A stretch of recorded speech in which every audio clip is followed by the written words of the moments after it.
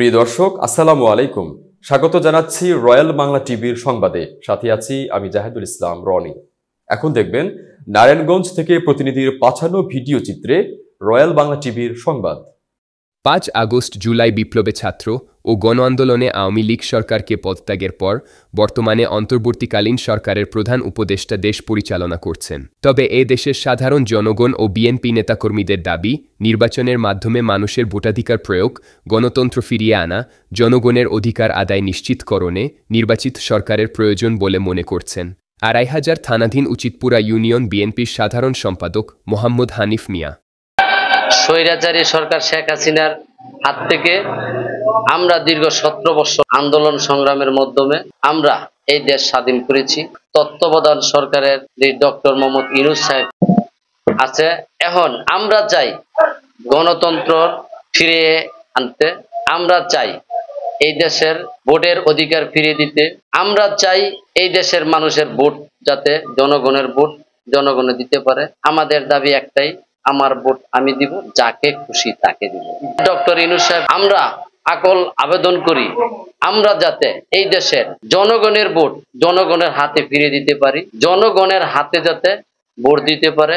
আমাদের দেশ নায়ক তারেক রহমান আমগর যে নির্দেশনা দেয়, এই নির্দেশনা মতো আমরা যাতে এই দেশকে কাজ করতে পারি। আমাদের দেশ নায়ক তারেক রহমানের নির্দেশনা একটাই, ডিসেম্বরের মাধ্যমে নির্বাচন হতে হবে। আর আমরা জনগণকে এই ভোটের মাধ্যমেই আমরা এই দলীয় সরকার চাই। আমরা চাই এই দেশের মানুষকে ভোটের অধিকার ফিরিয়ে দিতে। নির্বাচিত সরকার হলে দেশ কেমন চলবে? রয়্যাল বাংলা টিভির এ প্রশ্নের উত্তরে তিনি বলেন, নির্বাচিত সরকার হলে এই দেশ ভালো চলবে, জনগণকে ভালো থাকবে, জনগণকে ভালো রাখবে। আমরা কিন্তু কোনোদিন এই দেশ ছাড়া পালাই নাই। আমাদের দেশ নেত্রী বেগম খালেদা জিয়া, আমরা এই দেশের জনগণের সাথে ছিলাম, আছি, মৃত্যুর আগ পর্যন্ত আমরা থাকব। ভারপ্রাপ্ত চেয়ারম্যান তারেক রহমানের ৩১ দফা বাস্তবায়নে ২৫০০ উচিতপুরা ইউনিয়ন বিএনপির এই নেতা রয়্যাল বাংলা টিভিকে জানান, আমাদের দেশনায়ক তারেক রহমান আমাদের ৩১ দফা বাস্তবায়নের লক্ষ্যে আমাদের একটা কথাই বলেছে, জনগণকে ভালোবাসতে হবে, জনগণকে মিথ্যা হয়রানি করা যাবে না, মামলা হামলা থেকে দূরত থাকতে হবে। আমাদের একটাই নির্দেশনা দিছে, অন্যের জমি দখল করা যাবে না, অন্যায়কারীকে প্রশ্রয় করা যাবে না, সত্যের পথে অন্যায়ের বিরুদ্ধে ন্যায়ভাবে কাজ করতে হবে।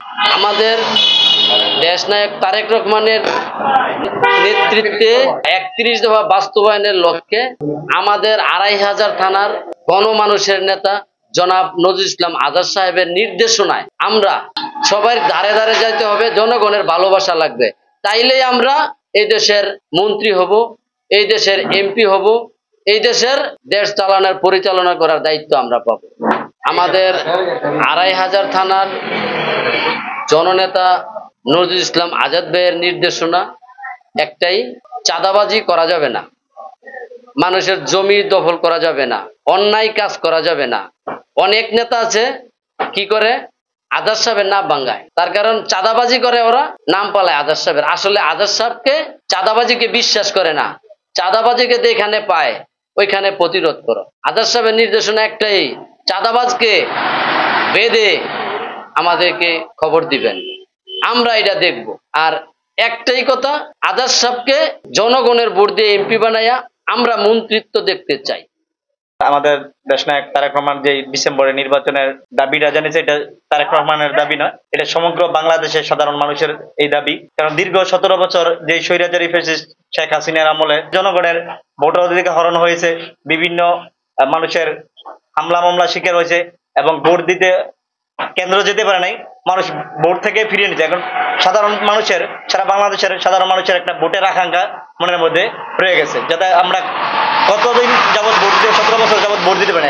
আমরা চাই অতি দ্রুত সময়ের মধ্যে, যেমন তারেক রহমান বলেছে ডিসেম্বরে, সাধারণ জনগণের চাওয়া যে ডিসেম্বরের মধ্যে নির্বাচন হলে দেশের সার্বিক পরিস্থিতি ভালো থাকবে।